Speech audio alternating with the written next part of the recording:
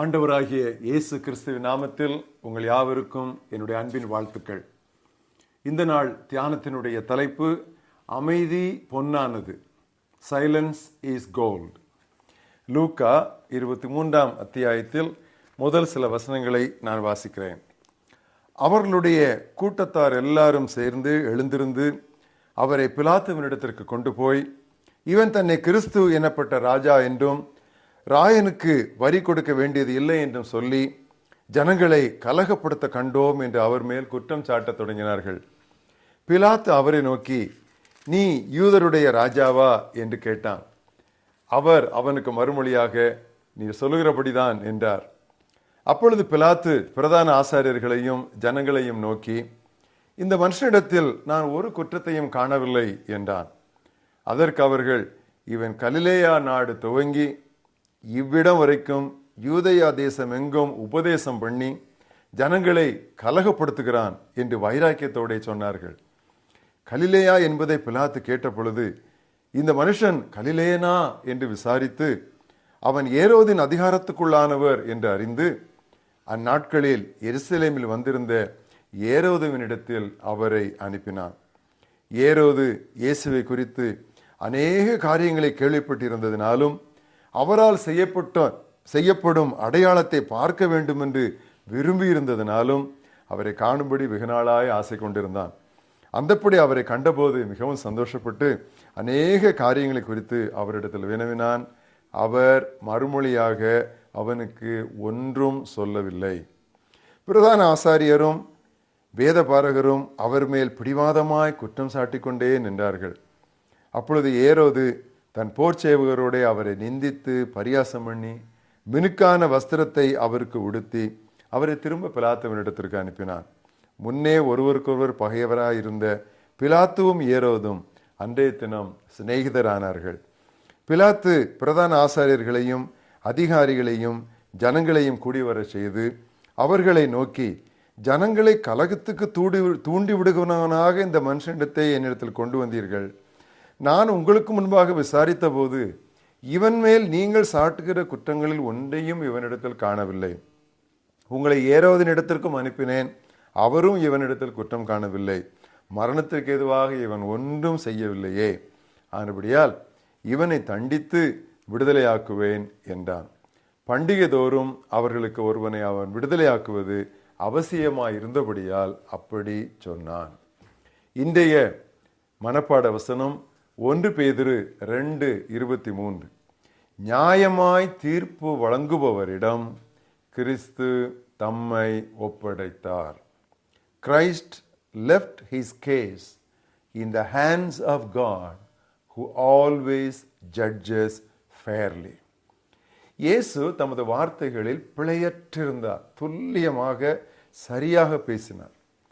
அப்படி இருந்தும் அவரது நாட்களில் அவரே தவறாய் புரிந்து கொள்ளப்பட்டிருப்பாரானால், தவறாய் புரிந்து கொள்ளப்படுதல் என்னும் சிலுவை, அதாவது கிராஸ் ஆஃப் மிஸ் அண்டர்ஸ்டாண்டிங், அதற்கு நாம் தப்ப முடியுமா? தவறாய் புரிந்து கொள்ளப்படுதலையும் அநியாயத்தையும் இயேசு எவ்விதம் சகித்தார் என்று இன்று நாம் காண்போம். 3 காரியங்கள் அவருடைய மனதிலே தெளிவானது. எனவேதான் அவர் இந்த சூழ்நிலையை மேற்கொண்டார். 1, இறைவன் சிங்காசனத்தில் தான் இருக்கிறார். God is on the throne.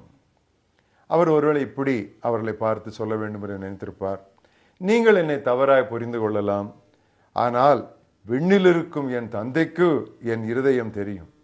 நீங்கள் என்னை இரக்கமின்றி நடத்தலாம், ஆனால் விண்ணில் இருக்கும் என் தந்தை எனக்கு நியாயம் செய்வார். நீங்கள் பிரதம மந்திரி அல்லது நாட்டு தலைவரது ஆசனத்தில் அமர்ந்திருக்கலாம், சேர், ஆனால் விண்ணக அரியணையில் இருப்பதோ என் தந்தை, த்ரோன்.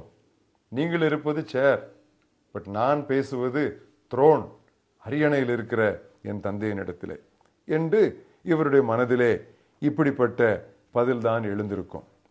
பிலாத்துவோடு அவர் பேசியதை கவனியுங்கள். அப்பொழுது பிலாத்து, உன்னை சிலுவையில் அறையவும் அல்லது விடுதலை பண்ணவும் எனக்கு அதிகாரம் உண்டென்று உனக்கு தெரியாதா என்றான். இயேசு அதற்கு மறுமொழியாக, விண்ணிலிருந்து உமக்கு கொடுக்கப்படாதிருந்தால் என் மேல் உமக்கு ஒரு அதிகாரமும் இராது என்றார். எவ்வளவு தெளிவாக இயேசு இறைவன் சிம்மாசனத்தில் இருக்கிறார், அது போதும் எனக்கு, அவர் எல்லாத்தையும் பார்த்துக்கொள்ள, அவர் தான் சாவரேன், அவர் எல்லாத்தையும் ஆளுகை செய்கிறார் என்கிற நிச்சயத்தோடு இயேசு இருந்தார். தவறாய் புரிந்து கொள்ளுதலையும் அல்லது புரிந்து கொள்ளப்படுதலையும் அநியாயத்தையும் இயேசு எவ்விதம் சகித்தார் என்று நாம் பார்க்கிறோம். இரண்டாவது, அவருடைய மனதிலே தெளிவாய் இருந்த ஒரு சத்தியம் ஆணித்தரமாய், அமைதி பொன்னானது. Silence is gold. சொற்களை விட அமைதியே வலிமையானதாக இருக்கும் நேரங்களும் உண்டு. என்ன பேசுவேன்னு வேதென்று தெரியாததால் நம்ம அமைதியாக இருப்பதல்ல, அது நமது மன உறுதி மற்றும் நிச்சயத்தை சொல்லாமல் சொல்வது.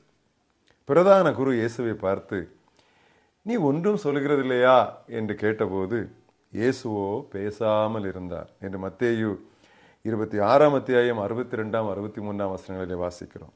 பிலாத்தும் அவரை பார்த்து, இவர்கள் உன்மேல் எத்தனையோ குற்றங்களை சாட்டுகிறார்களே, நீ அவைகளை கேட்கவில்லையா என்றான்.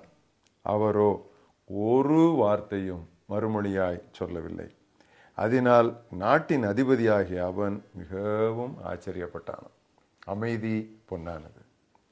மூன்றாவது, இயேசு இடத்தில் இருந்த நிச்சயமான ஒரு காரியம், இறைவார்த்தை நிறைவேற வேண்டும் என்பது.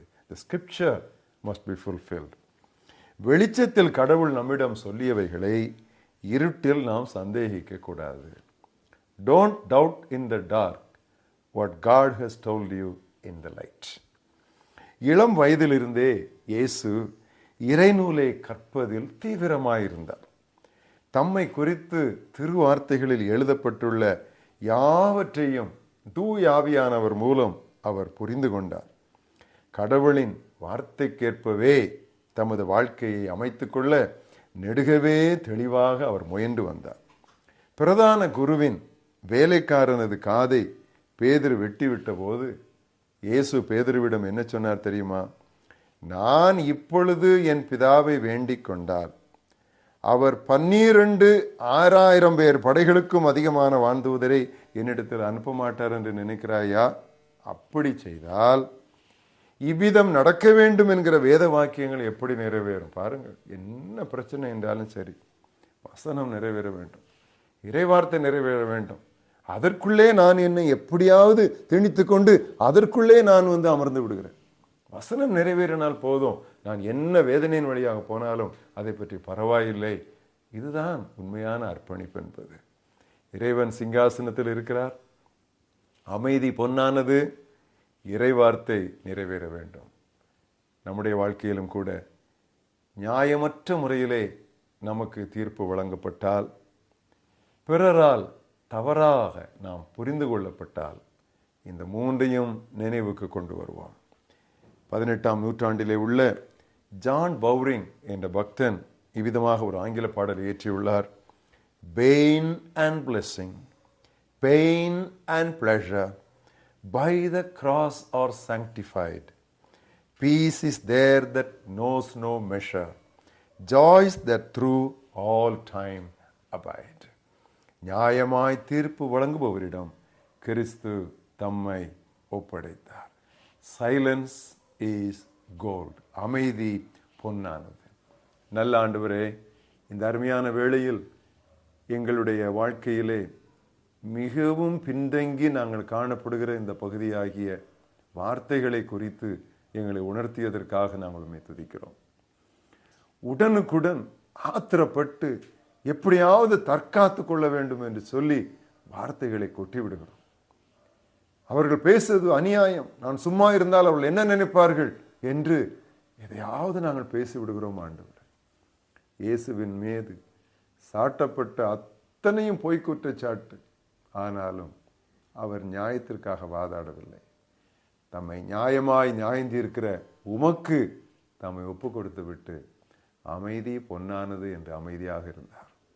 ஆண்டவரே, இது ரொம்ப கஷ்டமான ஒரு காரியம். எங்களுக்கு அவ்வளவு சுலபமாக இந்த சத்தியத்தை அபியாசிக்க முடியாது. நீர் எங்களுக்கு உதவி செய்யும்.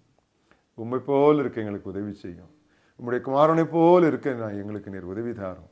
இறைவன் சிம்மாசனத்தில் தான் இருக்கிறார், வசனத்தின்படி காரியங்கள் நடைபெறட்டும் என்று சொல்லி அப்படி எங்களை தளர்த்தி தாழ்த்தி ஒப்பு கொடுக்க கிருபை தாரும். இயேசு கிறிஸ்துவின் நாமத்தில் விண்ணப்பிக்கிறோம். எங்கள் ஜீவனுள்ள பிதாவே, ஆமென்.